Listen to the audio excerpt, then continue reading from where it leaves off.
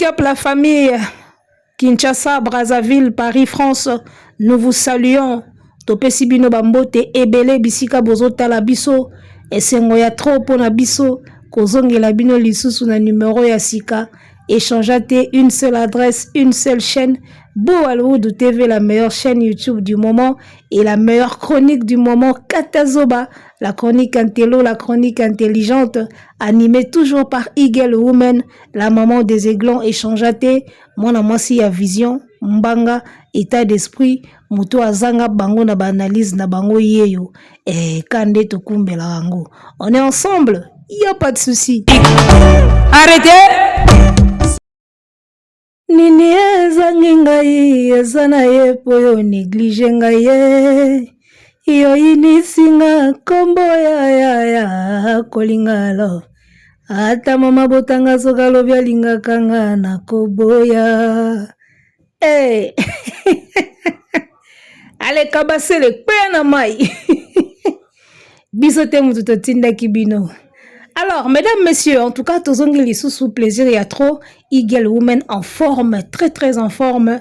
Tojali, tozawana, et j'espère qu'ils ont monana. Alors, cette semaine a été beaucoup secouée par des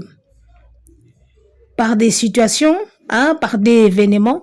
Et pas ikuna ba matanga, et pas ikuna ba date, hein, y a ba salle, et pas ikuna ba festival, topé ba kermesse. En tout cas, semaine les ala qui vraiment secoué. Alors, comme on dit toujours, après la pluie vient le beau temps. Et voilà, Fally Ipupa qui vient de nous publier tout à l'heure là sur sa page officielle Instagram le programme de sa tournée américaine, je pense bien. Fally Ipupa coming to the American Tour. Le 3 novembre, Azana Dallas. Le 4 novembre, Azana Atlanta. Le 6 novembre, Azana Brooklyn. Le 8 novembre, Azana Montréal, Québec, je crois. Et le 10 novembre, Azana Sylvester Spring. Fally yo bisiko zo mema biso na ba concert oyo nzambe. Ba Spring, so ki Spring lisusu. Voilà, sans oublier que Rotterdam, déjà billetterie ici et Fungwamaki, alors ba Warrior, c'est le moment bola qui sa aigle que bo lingakaye. Eh, ba voisin tango bazo mona bo nebi ke mité mezo sala ki fianfita. Eh, oyo kakapena, yawe apesa biso mabele ya kitoko e comme sala basusu mitema zabolo. Yawe apesa biso mabele ya Como sala ba voisin mitema likundu. Angola, Zimbabwe, Namibie, pesi bino. Dieu a musé. Donc voilà, save the date. Retenez les dates, chers warriors. Ou eza makam na bino, ou eza affaire na bino. Na kosa bino te. Ce qui vraiment, bozalaka vraiment, quoi. Biso tebi ke bino bozalaka. Bo prouver biso lisusu ke bozalaka vraiment. Tournée américaine au fait rigola kataka Fally Ipupa yeko lancer sous tournée américaine et ayaki na biso na Europe na trilogie asisi trilogie azongi na biso na ba festival na ba date azonga sous tournée américaine. Donc toyebite soki voisin a Hollanda lisusu tournée américaine parce que likambo ya tia date oyo mutatinda kabino ezaka kisinjora toyebite soki bazibisi bino tia date bo Hollanda sous la tournée américaine alors que bozalaki déjà kuna toyebite quoi, vraiment toyebite.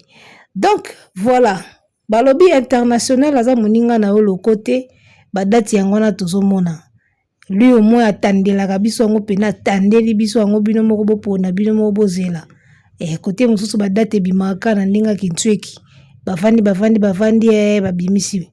So bavandi bauta na opposition aigle so bamoni to bimisi so bamoni ma opposition mo boye to bimisi, mais vous allez souffrir les gars, hein? Donc voilà, la vie continue, le boulot continue. Après Matanga, je crois que l'artiste a fait ce qu'il fallait faire, hein, pour sa part. Après ça qui part naé à Salaki, il a donné de ses moyens, il a donné de son temps et maintenant makambo sikoyo ezongi. Donc moteur en marche, hein, au redémarrage makambo sikoyo ezongi badati yango wana to zala branché et osala kitoko na elengi.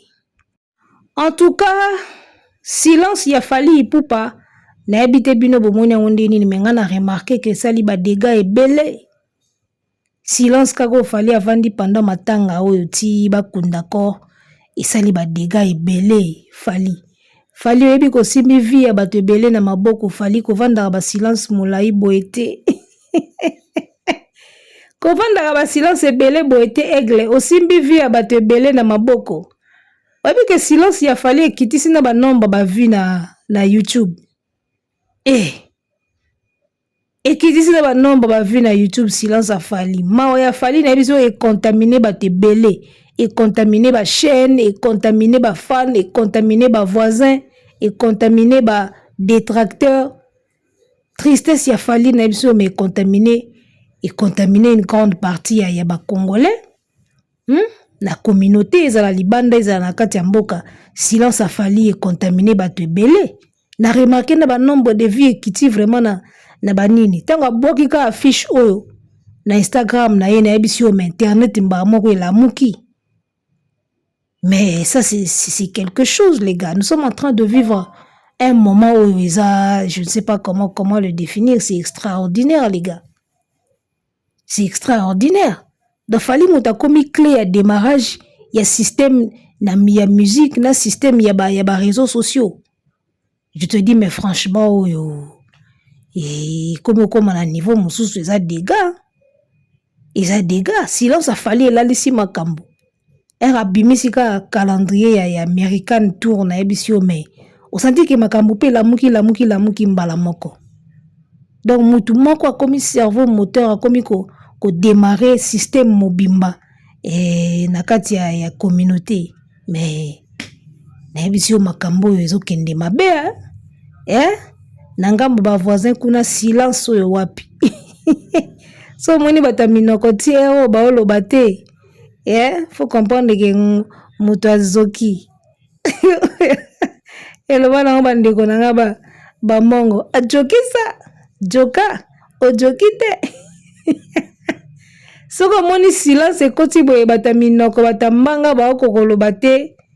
C'est que mutu azoki, mukolo moko azoki. Kabasela koi na mai ya na ebisa yo logo ezoswa esa pasi ya osakanati. Siko bagolo bazalaka so bazwi ba échec na makambo na bango niveau ba inaka nga mutu liboso na comprendre te. Soki basali makambo na bango esimbi te, kanda na bango ya liboso, ene na bango ya liboso, ezonga aka vers ngai. Na comprendre eloko wana te, ba inaka nga susu makasi fois 10 soka bazwi ba échec na makambo na bango. So makambo na bango esimbi, bayela ngambango na ba commentaire, omoni wana soki esimbi te. Na kotala ba émission na nga bakoka te. Po bayebi ke tension likaya bwa mungwa. C'est-à-dire que banda na longwa mopanzi wana on dirait na kenda na makambo. Yango mona à chaque fois que il connaît un échec kanda wana bazongela anga. Ba yina nga ya kosakana te. So ba ishueka lelo moko boy. Ba yina kanga mabe on dirait nga mnazaki na organisation wana siko na lie mbongo. Na pesi mbongo mukie festival ebimi mabe nde bagolo ba monanga. So ba échouer. Mais soki ka ba réussir, na olala te na ba commentaire. Ba koma inbox mabe, baya na ba commentaire émission mabe, ba kende na page Facebook ya Tangawizi TV mabe. Wana soki ba réussir, mais soki ka échouer, na komaka on dirait démon ya vie na bango. Entre nous soit dit, depuis to kenda to tika kuna elo nini pia bosali na sima na biso esimbi. Bino moboya oloba na ba commentaire. Madame Aya Mvita na pesi mbote place azali avant de ne poser asa amne calme. Depuis Madame Aya tika bino eloko nini oyo bosi sali esimbi ya bien ya mieux.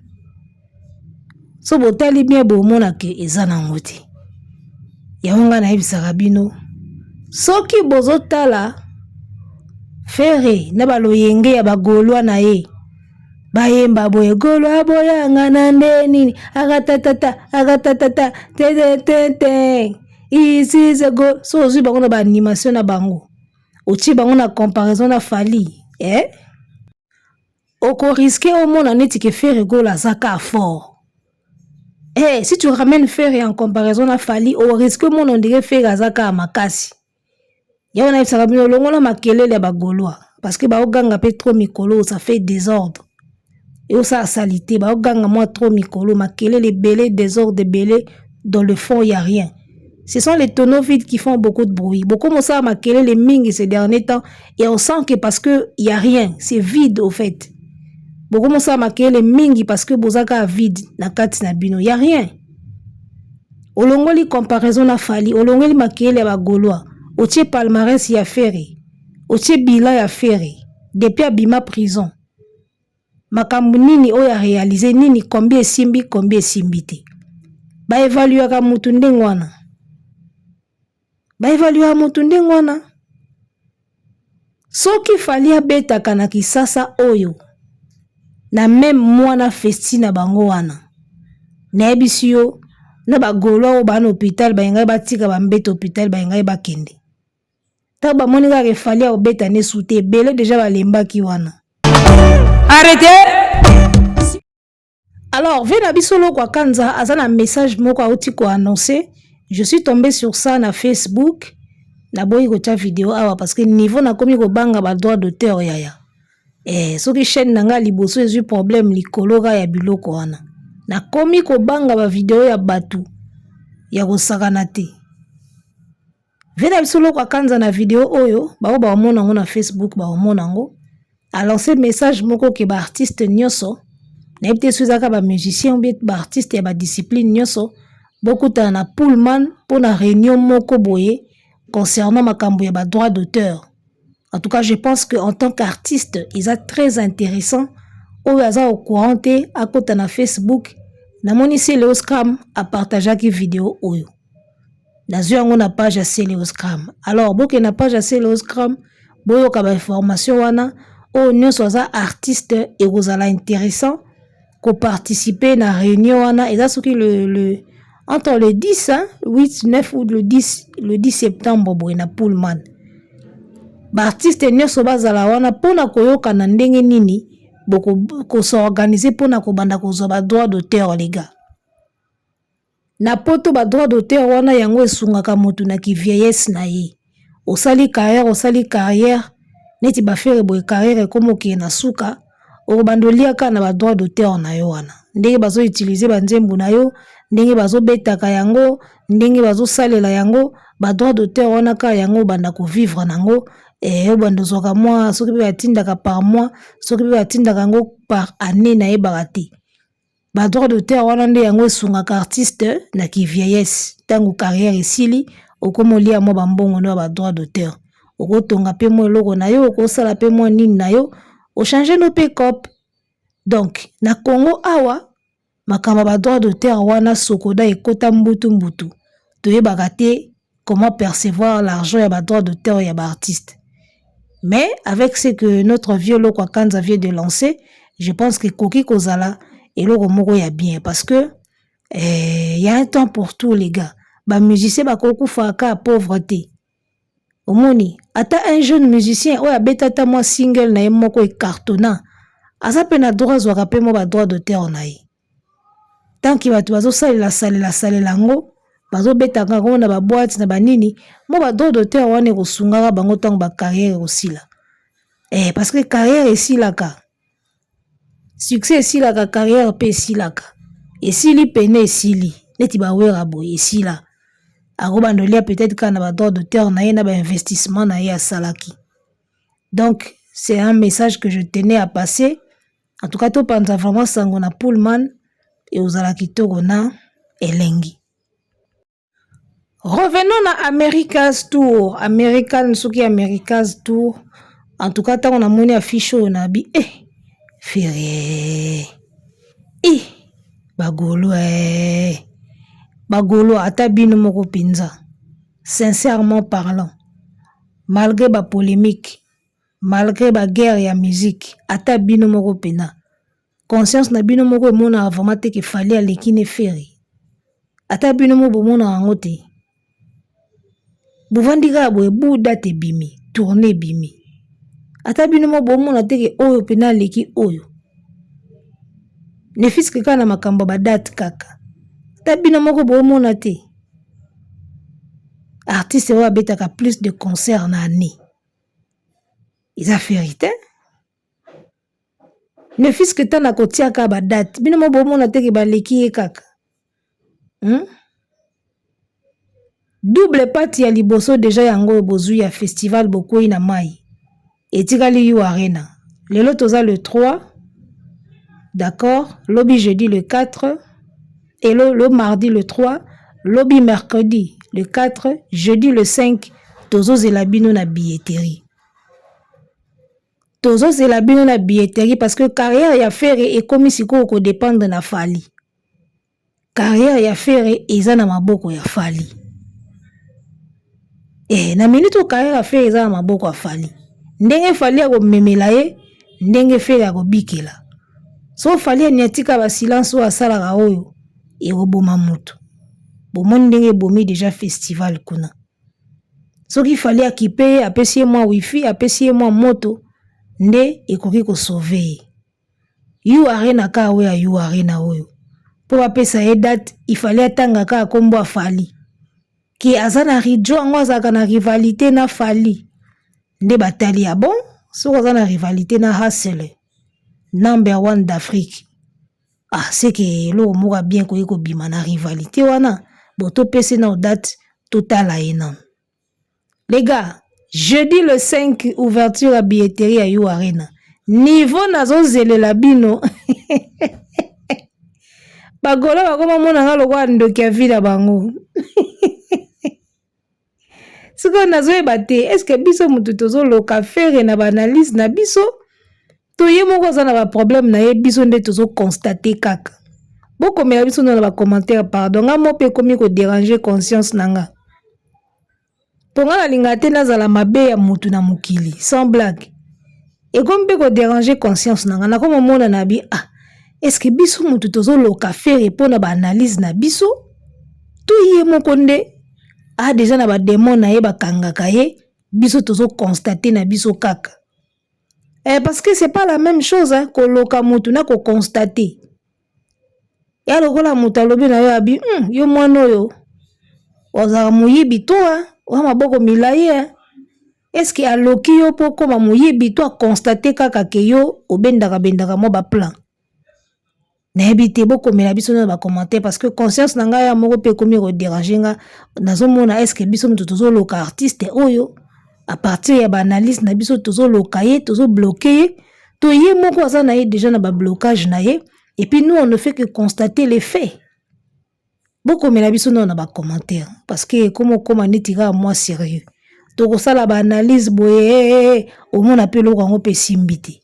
Toya na ba analyse au moins à la fin des comptes et le grand peut simbi penati. En tout cas nazo yebati quoi.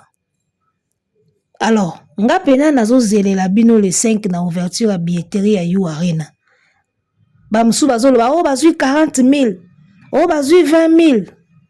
Nga pena journée à le 5 ko na olamukela bino 5 heures. Naza déjà en ligne.